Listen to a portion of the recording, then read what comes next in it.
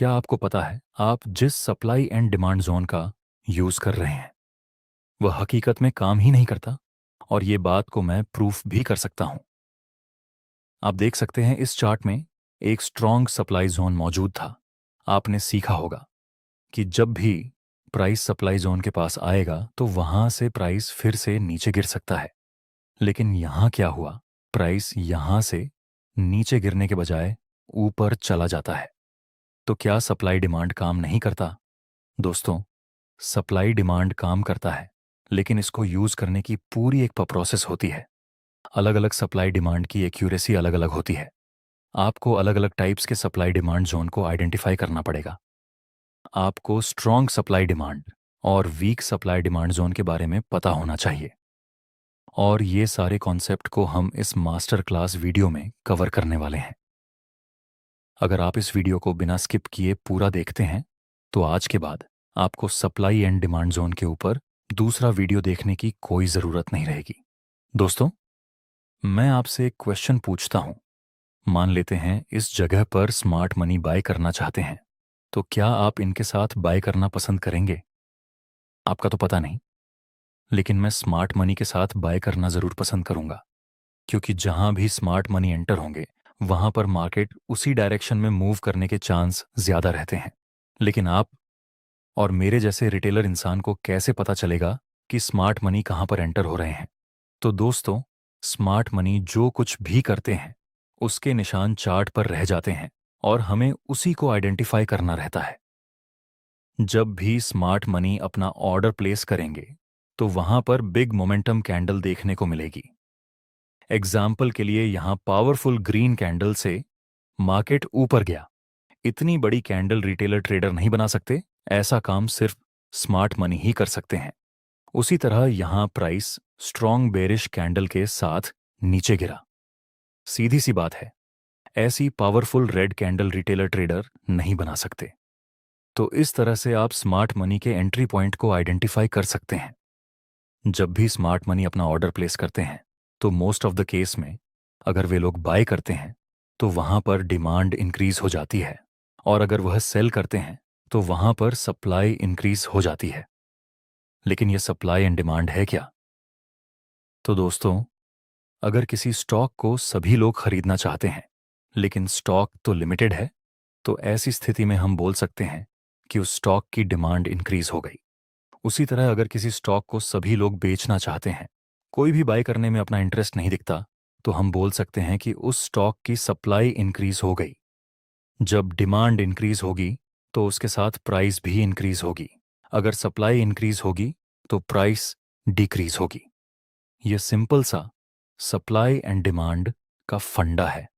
अब सवाल आता है कि हम रियल चार्ट में सप्लाई एंड डिमांड जोन को आइडेंटिफाई कैसे करें? दोस्तों, सप्लाई एंड डिमांड जोन को आइडेंटिफाई करना उतना मुश्किल नहीं है, लेकिन आप ट्रेडिंग से प्रॉफिट तभी बना पाएंगे जब आप स्ट्रॉन्ग सप्लाई डिमांड जोन और वीक सप्लाई डिमांड जोन को आइडेंटिफाई करना सीखेंगे। तो चलिए, पहले हम सप्लाई डिमांड जोन को आइडेंटिफाई करना सिखाते हैं। उसके बाद स्ट्रॉन्ग वर्सेस वीक जोन को सीखते हैं। सप्लाई एंड डिमांड जोन को आइडेंटिफाई करने के लिए आपको जरूरत रहेगी मोमेंटम कैंडल की। जब भी प्राइस तीन बड़ी ग्रीन कैंडल और मोमेंटम के साथ अपर साइड मूव करें और साथ में यह तीनों कैंडल का वॉल्यूम भी हाई हो, तो वहां पर हम मोमेंटम कैंडल के जस्ट पहली नेगेटिव कैंडल जिसका कलर रेड होगा उसके हाई और लो को कनेक्ट करके एक जोन ड्रॉ करेंगे जो हमारा डिमांड जोन रहेगा। इस तरह से अगर तीन मोमेंटम कैंडल के साथ मार्केट फॉल करें तो मोमेंटम कैंडल से जस्ट पहली कैंडल जो कि ग्रीन कलर की होगी उसके हाई और लो को कनेक्ट करके हम एक जोन ड्रॉ करेंगे जिसको हम सप्लाई जोन कहते हैं। इसमें भी ये तीनों कैंडल का वॉल्यूम हाई होना चाहिए। दोस्तों, बहुत सारे लोग सप्लाई एंड डिमांड को ड्रॉ करते समय वॉल्यूम को चेक नहीं करते, लेकिन आप यह गलती मत कर बैठना। आपको सप्लाई एंड डिमांड जोन का वॉल्यूम हमेशा चेक करना है। कई बार मार्केट इस तरह से लोअर विक बनाकर मूव करेगा। मार्केट में लोअर विक बन रही है, इसका मतलब यही कि स्टार्टिंग में हर कैंडल में सेलर्स प्राइस को नीचे ले जाने की कोशिश कर रहे थे, लेकिन बायर्स हर कैंडल पर एक्टिव हो जा रहे हैं। तो ऐसी स्थिति में आप यह सारी विक को कनेक्ट करके एक जोन ड्रॉ कर सकते हैं जिनको हम डिमांड जोन कहते हैं। उसी तरह से अगर प्राइस बार बार अपर विक बना रहा है तो अपर विक का सिंपल मतलब यही होता है कि हर कैंडल में बायर्स प्राइस को ऊपर ले जाने की कोशिश कर रहे हैं, लेकिन कैंडल क्लोज होने से पहले सेलर्स मार्केट का कंट्रोल ले रहे हैं। तो यहां भी हम यह सारी विक को कनेक्ट करके एक जोन ड्रॉ करेंगे। यह भी हमारा सप्लाई जोन रहेगा। दोस्तों, सप्लाई डिमांड जोन भी अलग अलग टाइप्स के होते हैं, जिसमें पहला मॉडल है आरबीआर जोन। आरबीआर जोन में पहले एक रैली आएगी, फिर प्राइस एक बेस बनाएगा और फिर से एक रैली आएगी। यहां पर जो बेस बना उसको कनेक्ट करके आप एक जोन ड्रॉ करेंगे जो आगे से डिमांड जोन का काम करेगा। दूसरा मॉडल है आरबीडी जोन। आरबीडी जोन में पहले एक रैली आएगी, फिर मार्केट बेस बनाएगा, फिर एक ड्रॉप दिखेगा। इसमें जहां मार्केट में बेस बनाया वह जोन आगे से सप्लाई जोन का काम करेगा। तीसरा मॉडल है डीबीडी जोन। डीबीडी जोन में शुरुआत में एक ड्रॉप मिलेगा, फिर बेस बनेगा और फिर मार्केट एक ड्रॉप दिखाएगा। यहां भी जो मार्केट ने बेस बनाया वह जोन आगे सप्लाई जोन का काम करेगा। आखिरी मॉडल है डीबीआर जोन। इसमें पहले प्राइस में एक ड्रॉप मिलेगा, फिर एक बेस आएगा, फिर मार्केट रैली देगा। यहां भी जो प्राइस में बेस बनाया वह आगे से डिमांड जोन का काम करेगा। इसमें ट्रेड करते समय बहुत सारे लोग गलत तरह से एंट्री करते हैं। एग्जाम्पल के लिए, यहां से प्राइस ने मोमेंटम कैंडल से अपर साइड मूव किया था, तो इसकी अगली कैंडल के हाई और लो को कनेक्ट करके हम एक डिमांड जोन बना देंगे। नॉर्मली जब प्राइस डिमांड जोन के पास आएगा तो डिमांड जोन से फिर से प्राइस ऊपर जा सकता है, क्योंकि यहां पर बैठे हुए स्मार्ट मनी या तो फिर से अपनी क्वांटिटी को ऐड करेंगे या फिर अपने स्टॉप लॉस को प्रोटेक्ट करेंगे। अब लोग मिस्टेक ये करते हैं कि वे लोग जैसे ही डिमांड जोन को देख लेते हैं, जैसे ही प्राइस इस डिमांड जोन के पास आएगा, वे लोग तुरंत ही एंट्री कर लेते हैं। ये बहुत ही घटिया तरीका है डिमांड जोन को ट्राई करने का, क्योंकि हो सकता है कि प्राइस डिमांड जोन के नीचे पड़ी हुई लिक्विडिटी को स्वीप करने के लिए एक बार मूव करे। जैसे कि यहां आप देख सकते हैं, मार्केट ये जोन के पास आया, फिर प्राइस यहां से डायरेक्ट ऊपर जाने के बजाय पहले मार्केट ने यहां मौजूद बायर्स की लिक्विडिटी को स्वीप किया, उसके बाद यह डिमांड जोन ने काम किया। तो हमेशा वेट करो कि डिमांड जोन के पास आपको कोई बुलिश और कॉन्फर्मेशन कैंडल का सिग्नल मिले, तब जाकर आप ट्रेड करना। अगर डायरेक्ट एंट्री करोगे तो याद रखना आपका अकाउंट बहुत ही जल्दी ब्लो हो जाएगा। अगला एग्जाम्पल, यहां प्राइस मोमेंटम कैंडल के साथ नीचे गिरा था, तो हम इस मोमेंटम कैंडल के जस्ट पहले नेगेटिव कैंडल के हाई और लो को कनेक्ट करके एक जोन ड्रॉ करेंगे जो आगे हमारे लिए सप्लाई जोन का काम करेगा। फिर कुछ टाइम के बाद प्राइस इसी सप्लाई जोन के पास आता है। दोस्तों, प्राइस ने इस सप्लाई जोन को टैप तो किया है, लेकिन हम इमीडिएट ट्रेड नहीं ले सकते। हम कॉन्फर्मेशन का वेट करेंगे। नेक्स्ट प्राइस इस जोन के पास एक स्ट्रॉन्ग बेरिश और कॉन्फर्मेशन कैंडल का सिग्नल देता है, तो अब हम यहां पर सेल में एंट्री कर सकते हैं। हम अपना स्टॉप लॉस इस कैंडल के हाई से थोड़ा सा ऊपर रखेंगे और टारगेट रीसेंट सपोर्ट तक रख सकते हैं। नेक्स्ट प्राइस नीचे गिरा, इसके साथ हमारा टारगेट कंप्लीट हो चुका है। दोस्तों, अब मैं आपको एक सीक्रेट बात बताना चाहता हूं। आपने जितने भी सप्लाई एंड डिमांड जोन देखे होंगे, रियलिटी में ये सारे के सारे सप्लाई एंड डिमांड जोन काम नहीं करते, क्योंकि कुछ supply and demand zone strong होते हैं तो कुछ supply and demand zone weak होते हैं। आपको सिर्फ strong supply and demand zone पर ट्रेड करना चाहिए। लेकिन आप स्ट्रांग और वीक सप्लाई डिमांड जोन को कैसे फाइंड करेंगे, उसकी एक सिंपल सी प्रोसेस है।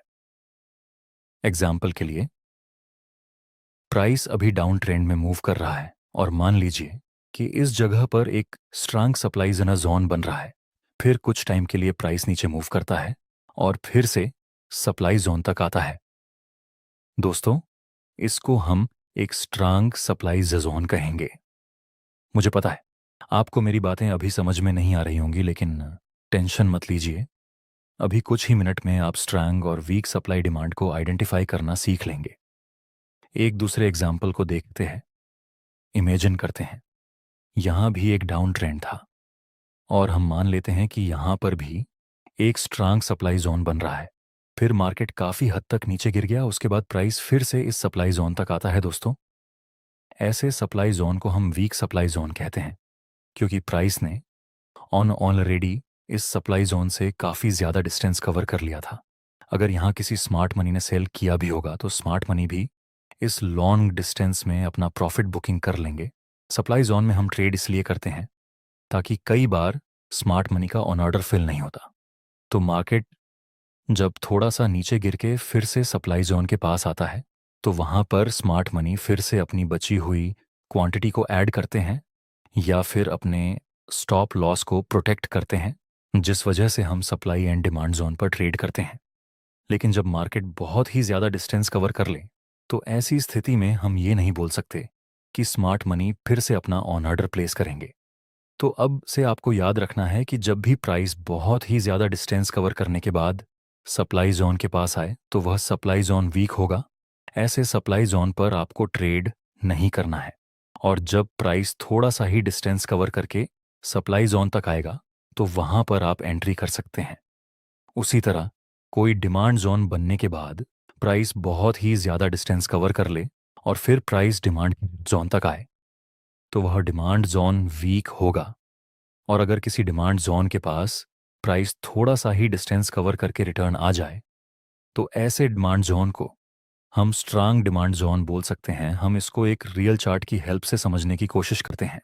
यहाँ मोमेंटम कैंडल के साथ मार्केट ने अपर साइड मूव किया था, तो हम इसकी ऑपोजिट कैंडल का हाई और लो को कनेक्ट करके एक डिमांड जोन ड्रॉ करेंगे। नेक्स्ट प्राइस ऊपर गया और काफ़ी हद तक मार्केट ऊपर चला गया। फिर प्राइस ने एक पुल बैक लिया, उसके बाद फिर से प्राइस ऊपर जाने की कोशिश करता है, लेकिन आखिर में मार्केट नीचे गिरता है।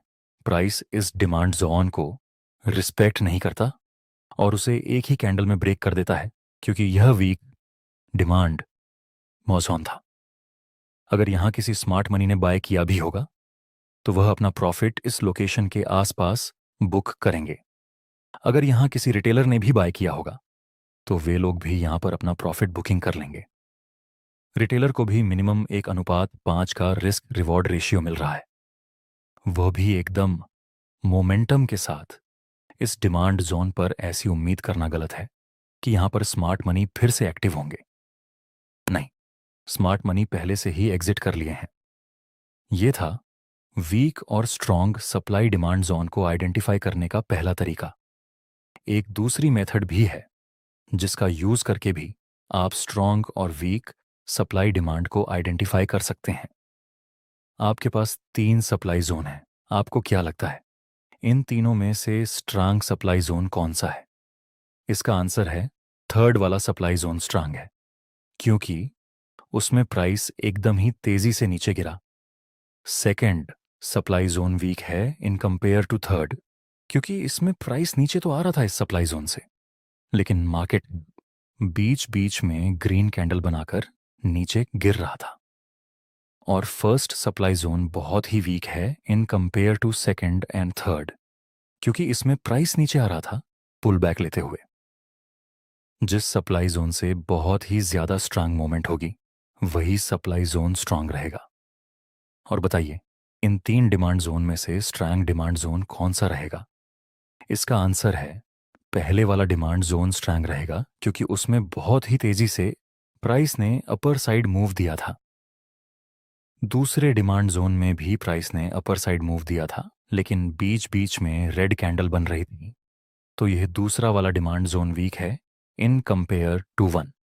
और ये तीसरा डिमांड जोन बहुत ही ज्यादा वीक है, क्योंकि इसमें प्राइस ऊपर तो जा रहा था, लेकिन बीच बीच में प्राइस पुल बैक लेते हुए अपर साइड मूव कर रहा था। तो ये मैंने आपको 2 मेथड बताई स्ट्रांग और वीक सप्लाई डिमांड जोन को आइडेंटिफाई करने की। दोस्तों, आखिर में मैं आपको एक पावरफुल टिप्स देना चाहता हूं। यहां 3 बिग ग्रीन कैंडल बन रही है। क्या आप इसे स्ट्रांग डिमांड जोन बोल सकते हैं? हमें एक बार वॉल्यूम भी देखना चाहिए।